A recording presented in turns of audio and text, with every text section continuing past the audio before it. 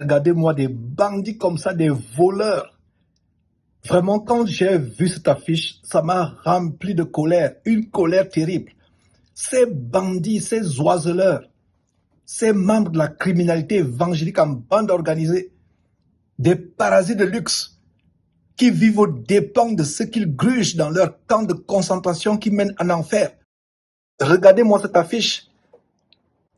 Qu'est-ce qu'ils vous disent? Effacer l'empreinte du diable sur ma famille. Quelle empreinte du diable? Des personnes qui sont dans la magie, dans l'occultisme, dans toutes sortes de trafics, qui trafiquent au travers des paroles trompeuses. Comme on a vu hier lors de l'enseignement sur Zoom, hier dimanche, en étudiant, en approfondissant le chapitre 7 de Jérémie, Jérémie chapitre 7, versets 4 et 8, comment Dieu nous met en garde. Ne vous livrez pas à des espérances trompeuses. Voilà un énergumène qui avait sacrifié sa première femme, qui vient de divorcer de la deuxième femme, soi-disant elle lui a caché une maladie incurable, qui vient vous dire qu'il peut effacer l'empreinte du diable sur ta famille. Mais c'est terrible. Et les gens continuent à les suivre. Les gens continuent à aller vers eux.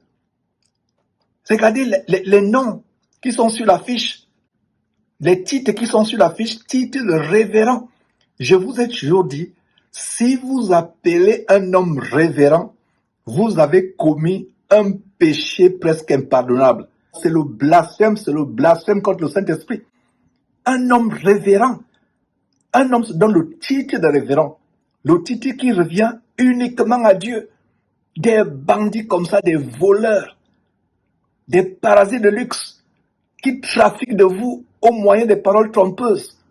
Au lieu de travailler, comme nous tous, ils se livrent à la rapine avec le nom de Jésus-Christ, faisant le commerce, faisant le trafic, des paresseux, des enfants de malédiction au ventre paresseux. Continuez à les suivre. Ils veulent effacer l'empreinte du diable sur votre famille alors qu'ils sont eux-mêmes marqués au fer rouge. Ils ont déjà la marque de l'enfer sur leur corps et sur leur conscience.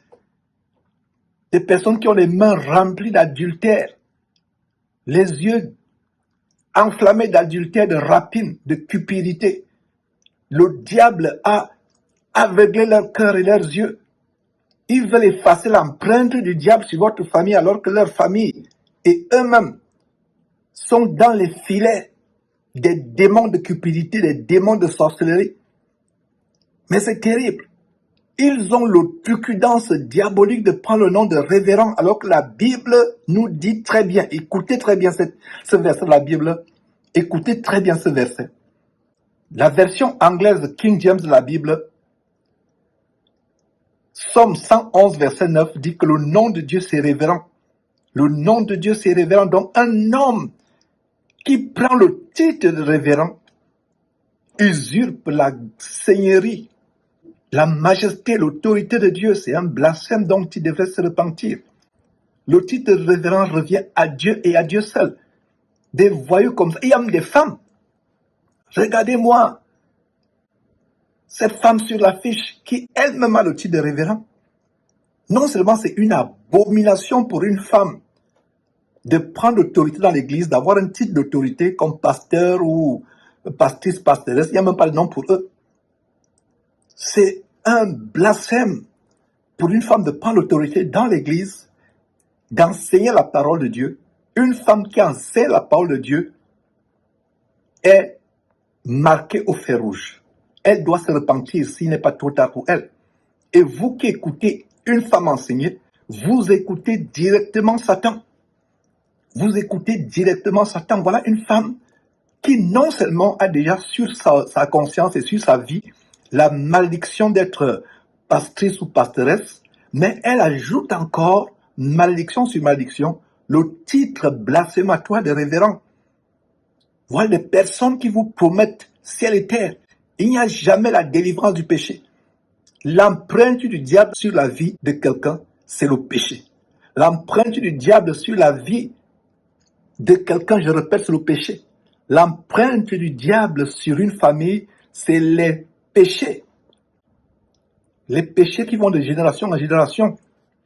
L'empreinte du diable, je répète encore une autre fois, l'empreinte du diable dans la vie de quelqu'un, c'est le péché. Voilà des personnes qui sont abominables, des bandits évangéliques, des parasites, qui vont prendre leur pouvoir, soit en Inde, soit au Bénin, des pouvoirs de vaudou. Ils viennent imposer sur vous des mains remplies de puissance de sirène des eaux qu'on appelle en Afrique Mamiwata. Voilà des personnes vraiment abominables. Effacer l'empreinte du diable dans ta vie, c'est te repentir. Mais tout ce qui presse, c'est quoi? Tu vas te marier dans 2 mois et les gens crient Amen. Tes affaires vont percer. Amen. Tu vas voyager. Amen. Tu auras le visa. Amen. Mais il n'y a pas de délivrance du péché. Voilà comment Jérémie, que nous avons étudié hier de manière approfondie, et en passant, nous faisons des études approfondies chaque dimanche sur Zoom. Vous pouvez me demander mon email si vous voulez participer à ces études approfondies de la parole de Dieu. On a vu hier comment en Jérémie chapitre 7, versets 4 et verset 8, Dieu interdit qu'on se livre à des espérances trompeuses. Il vous amorce avec des paroles flatteuses. Et comme quelqu'un avait dit, tout flatteur vieux dépend de ceux qui l'écoutent. Voilà l'autre bandit, camerounais comme cet Ekane qui vient de divorcer de sa femme après avoir sacrifié il y a 4 ans. La première qui est morte mystérieusement, qui était allée se confesser à une femme marabout camerounaise. Comment elle a été sacrifiée par son mari, celui que vous voyez sur votre écran, Ekane Ferdinand. Son compère, donc disais-je, son compère camerounais, qui avait été exposé par la télévision française, faisait la même chose avant de fuir pour le Canada, ensuite la Côte d'Ivoire, ensuite d'une escroquerie flagrante aggravée. Comment il escroquait les gens dans des stratégies d'investissement criminels. Et ce documentaire français a montré comment une femme, depuis des années, quand même Dieu ne dort, ou plutôt quand même maman ne dort, lui avait promis que son fils serait un grand joueur de football, plus que Maradona ou Messi ou je ne sais pas, ou Pelé. Les années passent, année après année, la femme croit toujours que son fils sera un grand joueur de football plus que Pelé ou Maradona ou Messi. Même s'il était déjà âgé de plus de 30 ans. Donc, les années passent, 5 ans après, elle croit toujours que son fils va devenir un grand joueur de football. 10 ans après, elle croit toujours. Elle ne fait que verser les dîmes, les offrandes. Voilà comment vous payez Dieu. Je vous assure que ces faux pasteurs sont la punition de ceux qui vont à Dieu, non pas pour se repentir, mais pour soigner leur vie. Je suis content de dénoncer ces gens et je continuerai à les dénoncer. Fuyez les bandits comme cela. C'est terrible.